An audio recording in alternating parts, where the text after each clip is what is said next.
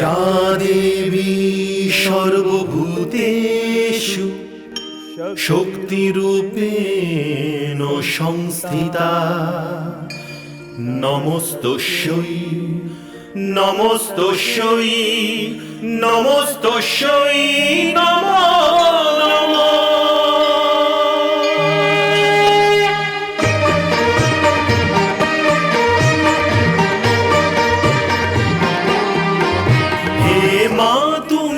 ভবতারিণী লক্ষ যজ্ঞ বিনাশিনী, হে মা তুমি ভবতারিণী লক্ষ যজ্ঞ বিনাশিনী, হে সর্বমন্ত্রময়ী মা তুমি সর্বদানব ঘাতিনী, হে সর্বমন্ত্রময়ী মা তুমি সর্বদানব ঘাতিনী, হে তারিণী হে তারিণী নারায়ণী নারায়ণী শক্তি তুমি শূলধারিণী শূলধারিণী।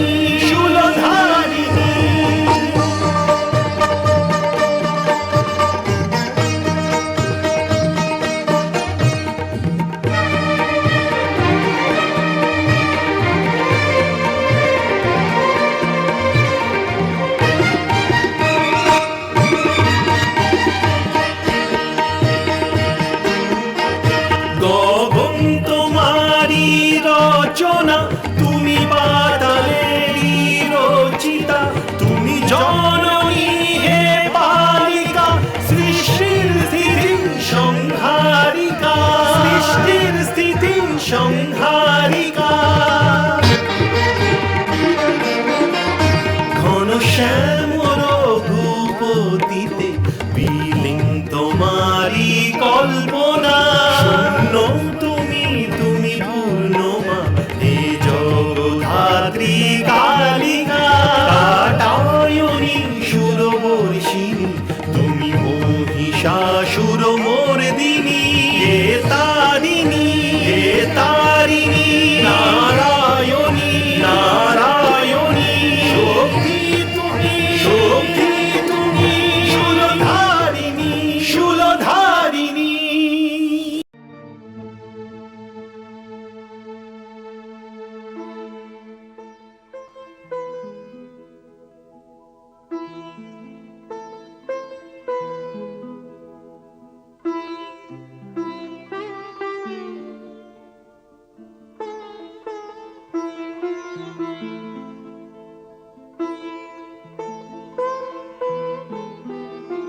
দেবী,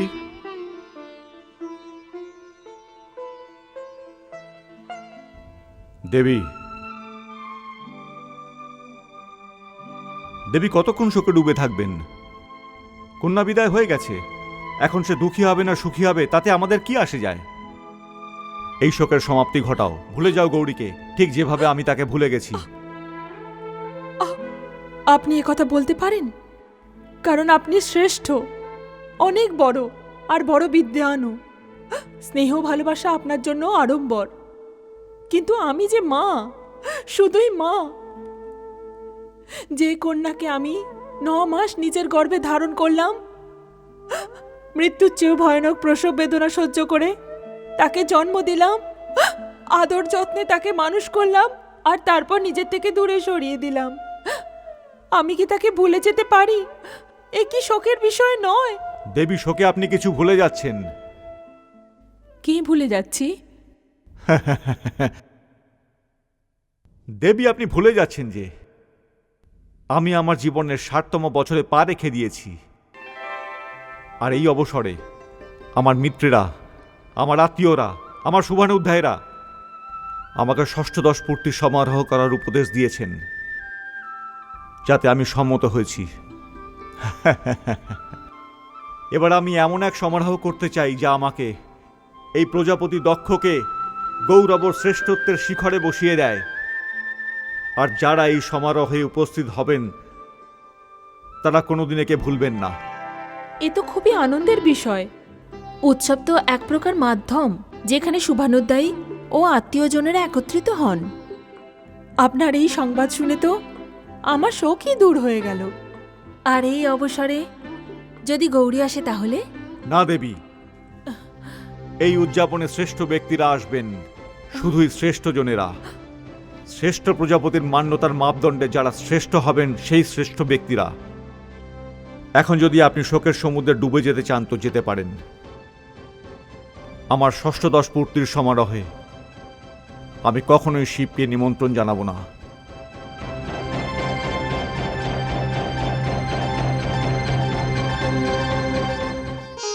দেবী, একটা প্রশ্ন করি।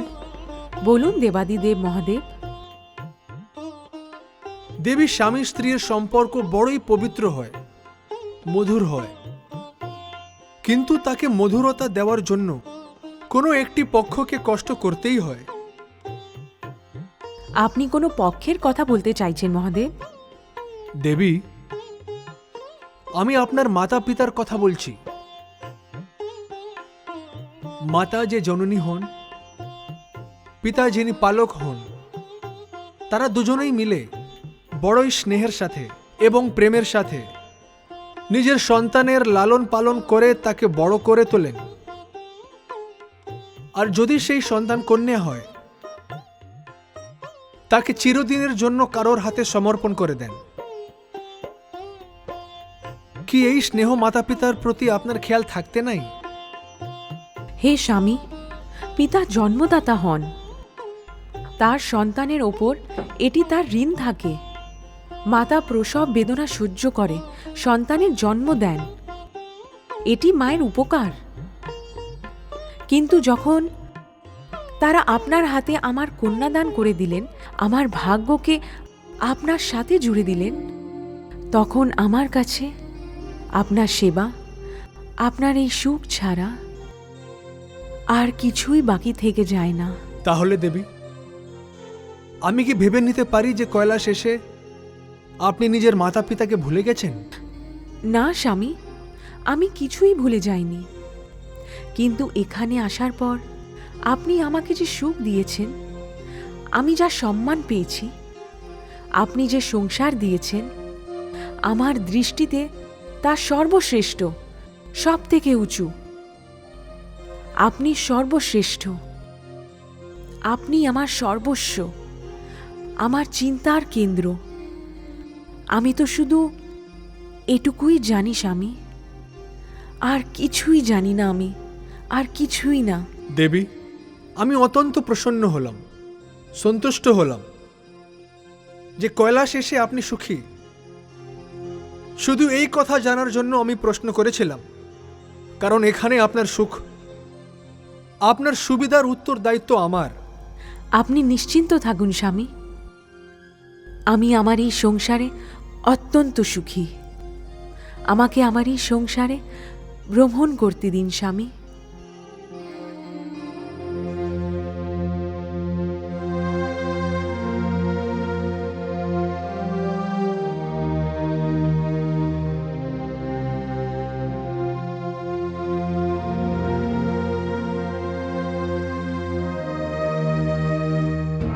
নারায়ণ নারায়ণ। আরে আপনি? হ্যাঁ ভ্রাতা, আমি। কিন্তু আপনি এখানে কিভাবে? ভ্রাতাশ্রী, আপনি হয়তো ভুলে যাচ্ছেন যে আমার এখানে না আসার আদেশ আপনি ফিরিয়ে নিয়েছেন। সে তো তখন আমি বাধ্য ছিলাম, তাই। বাধ্য হয়েছিলেন? হ্যাঁ, ঠিক তাই। তার মানে আপনি বন থেকে নয়, বরং বাধ্য হয়ে আমাকে আপনার গৃহে ডেকেছিলেন। এটা কিন্তু ঠিক হয়নি ভ্রাতা। কেন ঠিক করিনি? এটাই তো নীতি। সমস্যা দেখা দিলে কখনো কখনো নিজের চেয়ে অনেক ছোটদেরও মর্যাদা দিতে হয়। তাহলে তো হে ভ্রাতা, আপনি আপনার নীতি মেনে চলতে থাকুন। কে জানে, আমাকে আপনার আবার দরকার হয়ে যেতে পারে। হ্যাঁ, হয়তো আপনি ঠিক বলছেন, কিন্তু একটা ব্যাপার আছে। এখন আমার কাছে এমন কোনো কারণ নেই যে আমি শিবের কাছে যাব বা আপনাকে শিবের কাছে পাঠাতে হতে পারে। কারণ তো আছে ভ্রাতাশ্রী। শুনেছি আপনি আপনার ষড়স্পূর্তি সমারোহ বেশ ধুমধামের সাথে করছেন। হ্যাঁ, কিন্তু শিবকে ডেকে আমি সেই ধুমধামকে কলিমা লিপ্ত করতে চাই না। ঠিকই বলা হয় ভ্রাতাশ্রী, বিনাশকালে বিপরীত বুদ্ধি। নারায়ণ নারায়ণ।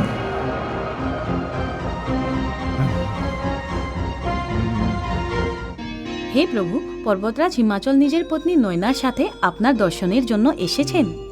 অনেক সম্মান দিয়ে ওনাকে অতিথি কক্ষে নিয়ে আসুন, আমরা সেখানেই দেখা করব।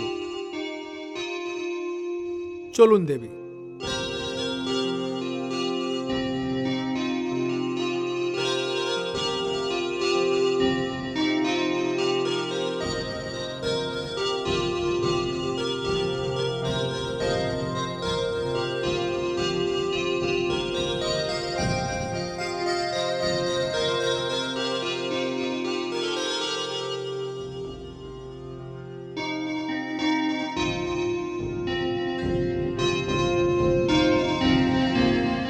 দেবাদিদেব মহাদেব ও মা শক্তিকে আমাদের দুজনের প্রণাম। দেবাদিদেব মহাদেব, উদ্যান থেকে কিছু ফল নিয়ে এসেছি, এগুলো নিয়ে আমাদের কৃতার্থ করুন।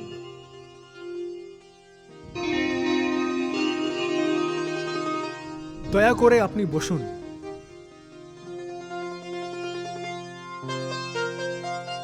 দেবী সতী, ইনি হিমাচল রাজ, আমরা এনার স্থানেই বসবাস করি। এ আপনি কি বলছেন প্রভু? আপনি তো রাজাদের রাজা, সম্রাটের সম্রাট, দেবতাদের দেবতা, দেবাদিদেব মহাদেব। আপনারই কৃপা ও আপনারই চরণের প্রতাপে হিমাচলের সর্বত্র শান্তি ও সমৃদ্ধি বিরাজ করে। ভগবান, আমরা তো দেবী শক্তির আগমনে তাকে দর্শন করতে ও আপনাকে এই শুভ অবসরের শুভেচ্ছা জানাতে এসেছি, কারণ আমরা আপনার বিয়েতে যোগ দিতে পারিনি দেবাদিদেব। হিমাচল রাজ, অসংখ্য ধন্যবাদ।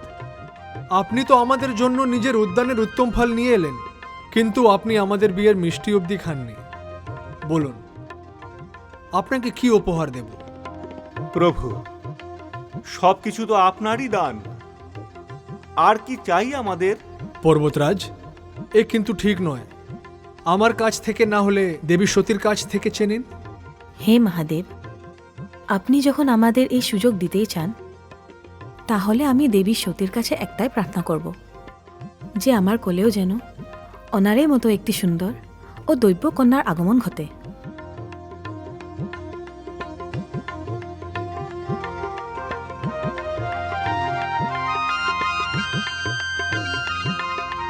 দেবী, আপনার তরফ থেকে এনাদেরকে তথাস্তু বলে দিচ্ছি।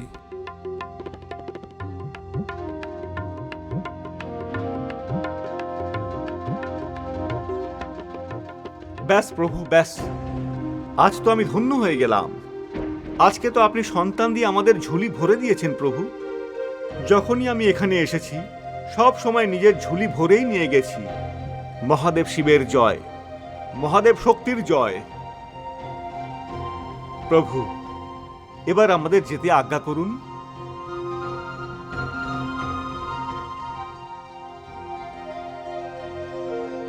চলো নয়না।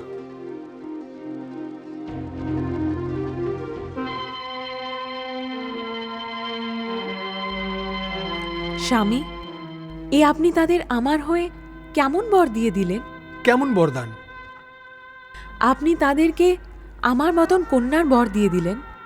এখন আমার মতন কন্যা ওনারা কি করে পাবেন? আপনার মতন কন্যা যদি না পাওয়া যায়, তাহলে আপনাকে, হে শিবশক্তি, আপনি যদি প্রজাপতি দক্ষের ঘরে জন্ম নিতে পারেন, তাহলে হিমাচল রাজের ঘরেও জন্ম নিতে পারবেন। আমি তো এখন ওদের আপনার হয়ে তথাস্তু বলে দিয়েছি। তাহলে স্বামী, যেরকম দেবী পরমেশ্বরীর ইচ্ছা।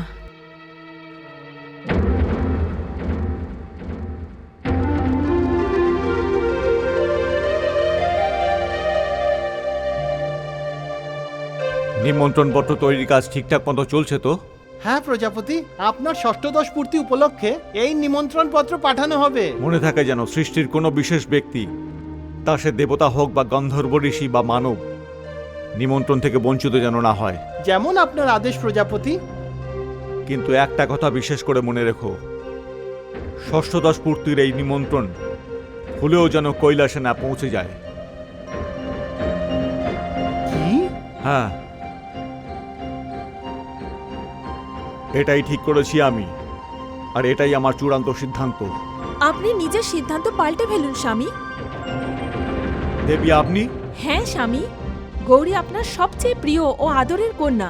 এই সমারোহে যদি আপনি ভগবান শিবকে না ডাকেন তাহলে গৌরীও আসবে না।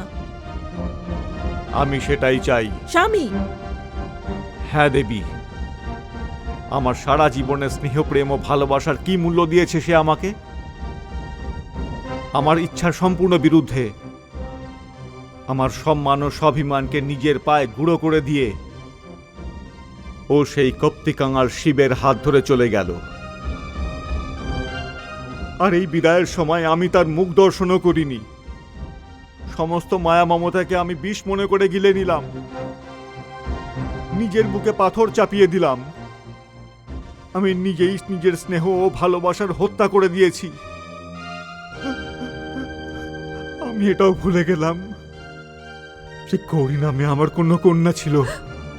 আপনি তাকে ভুলতে তো পারেন, কিন্তু এই সত্যকে বদলাতে পারেন না যে গৌরী আপনার পুত্রী। দেবী, সত্যটা যাই হোক না কেন, আমি তাকে ভুলে গেছি। আর দেবী, একটা কথা আপনি মনে রাখুন, আজকের পরে এই বিষয়ে কোনো রকম চর্চা হবে না। এটা সত্যি যে গৌরী আমার সব থেকে আদরের কন্যা ছিল। এটা ততদিন ছিল যতদিন সে আমার কন্যা ছিল। যেদিন সে শিবের স্ত্রী হয়ে গেল, সে আমার কাছে অপরিচিতা হয়ে গেছে। বুঝেছেন আপনি? নিমন্ত্রণ পত্র সময় মতো সবাই যেন পেয়ে যায়। আজ্ঞে প্রজাপতি।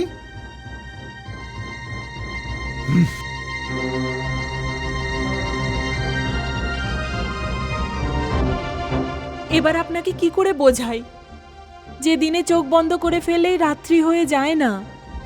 আপনি মানুন আর না মানুন, কন্যা তো কন্যাই হয়ে থাকবে।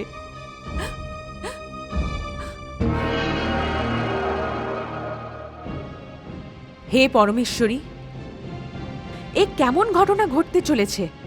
প্রজাপতি দক্ষ কি রাগ ও অহংকারে অন্ধ হয়ে সমস্ত সম্পর্কের পরিভাষাও ভুলে গেছে? হে মা শক্তি, এই দক্ষ কি ধরনের পিতা যে নিজের কন্যাকে শুধু এই কারণে ঘৃণা করে কারণ সে ভোলেনাথের পত্নী? হে দেবী পরমেশ্বরী, এ কেমন বিদ্বান ব্যক্তি যার বিচার এতই তুচ্ছ? কখনো তো আমার মনে হচ্ছে যে এরকম অহংকারী অসভ্য ব্যক্তির কাছ থেকে আমি আমার দেওয়া বিদ্যা ও বুদ্ধি সব কেড়ে নেই। হে মহাদেবীরা, শান্ত হও তোমরা। আপনারা সবাই জানেন যে গৌরীর জন্ম ঠিক কী কারণে হয়েছে। এটাই তো গৌরীর বিশ্ব সংসারকে বলতে চায় যে নারী কি, সংসারে তার স্থান কি, তার ধর্ম কি, তার কর্তব্য কি। আর এবার সেই সময় আসতে চলেছে যখন বিশ্ব সংসার এটা জানবে যে সৃষ্টিতে সম্পর্কর মূল্য কি, আবেগের সম্মান কি, আর একজন স্ত্রীর চোখে তার স্বামীর সম্মান কি। আর এই কাজ গৌরীকে এভাবে করতে হবে যাতে এরপরে সংসারে সম্পর্ককে অবজ্ঞা করার কেউ সাহসী পাবে না।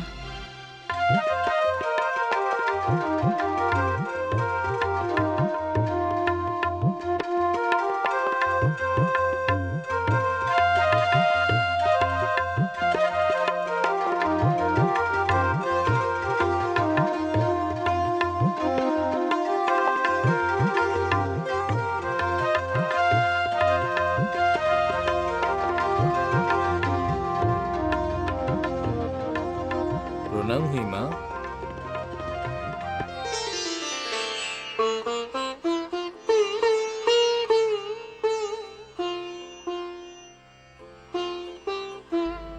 প্রণাম। আমার নাম দধিচি। বহুদিন পরে আমি আজ কৈলাসে এসেছি। দেবাদিদেব মহাদেব তো সমাধিতে লীন হয়ে আছেন, কিন্তু আমি যে আপনার চরণ স্পর্শ করতে চাই সেটা আজ পূর্ণ হয়ে আরে গেল। আরে, এ আপনি কি করছেন? আপনি আমার চরণ স্পর্শ করছেন? বয়সে, এই জগতে আপনি আমার চেয়ে শ্রেষ্ঠ। তাতে কি হয়েছে মা?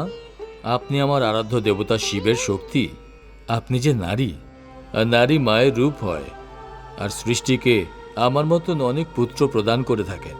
তাই সে সর্বাপেক্ষা শ্রেষ্ঠ, সে আদরণীয়, সে পূজনীয়, সে মহান। আমার প্রণাম গ্রহণ করুন মা। হে মুনিবর, যেই সম্পর্কে আপনি আমাকে প্রণাম করছেন, সেই দিক থেকে আমিও মন থেকে আপনাকে আশীর্বাদ করছি।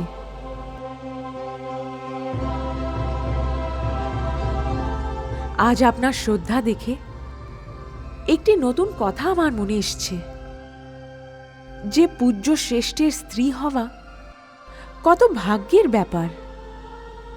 দেবাদিদেব মহাদেব, উনি তো মহান বটেই। ওনার স্ত্রীর স্থান পেয়ে আমিও যে কত সম্মান পাচ্ছি। হয়তো তাই সব মেয়েরা শ্রেষ্ঠ বর পাওয়ার জন্য প্রার্থনা করে। মা, দেবাদিদেব তো সমাধিতে রয়েছেন। আপনি পরিস্থিতি সম্পর্কে অবগত নন। আপনি আপনার পিতা প্রজাপতি দক্ষের কাছে কখন যাবেন? নিজের পিতার কাছে আমি তখনই যাব যখন আমার স্বামী আমাকে অনুমতি দেবে। কি মা, এখনো আপনার পিতার নিমন্ত্রণপত্র আপনার কাছে আসেনি? কেমন নিমন্ত্রণের কথা বলছেন মুনিবর? ওনার ষষ্ঠ পুত্রীর নিমন্ত্রণপত্র। উনি আজ 60 বছরের হয়ে গেছেন। এই উপলক্ষে উনি এক মহাযজ্ঞের আয়োজন করেছেন, যেখানে উনি সৃষ্টির সমস্ত শ্রেষ্ঠ দেবতাদের আমন্ত্রণ করেছেন। মা, আপনি তো ওনার কন্যা হন, আর দেবাদিদেব ওনার জামাতা। মুনিবর দধিচি, আমার কাছে তো এরকম কোনোই নিমন্ত্রণ পত্র আসেনি। তবে এটা আমার কাছে আনন্দের বিষয় যে পিতা আজ 60 বছরের হয়ে গেছেন। উনি সুস্থ, সকুশল ও এই উপলক্ষে এক মহাযজ্ঞের আয়োজন করছেন। হয়তো ওনার নিমন্ত্রণ পত্র আসতেই চলেছে। আর তাছাড়া কৈলাস অব্দি আসা খুব সহজ কাজ তো নয়। আমি সেখানেই যাচ্ছি মা, আমাকে আজ্ঞা করুন এবার। দেবাদিদেব মহাদেবের সমাধি তো আমি ভাঙতে পারবো না। যখন উনি সমাধি থেকে উঠে আসবেন, তখন ওনাকে আমার সাদর প্রণাম অবশ্যই জানাবেন। আমি আসছি মা।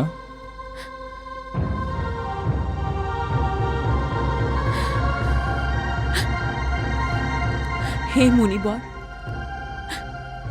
আমি আপনাকে কি মুখে বলবো যে যেই খবর আপনি আমায় দিলেন, সেটার নিমন্ত্রণ পত্র আমার পিতা এখানে কখনোই পাঠাবেন না, কখনোই পাঠাবেন না। হুম।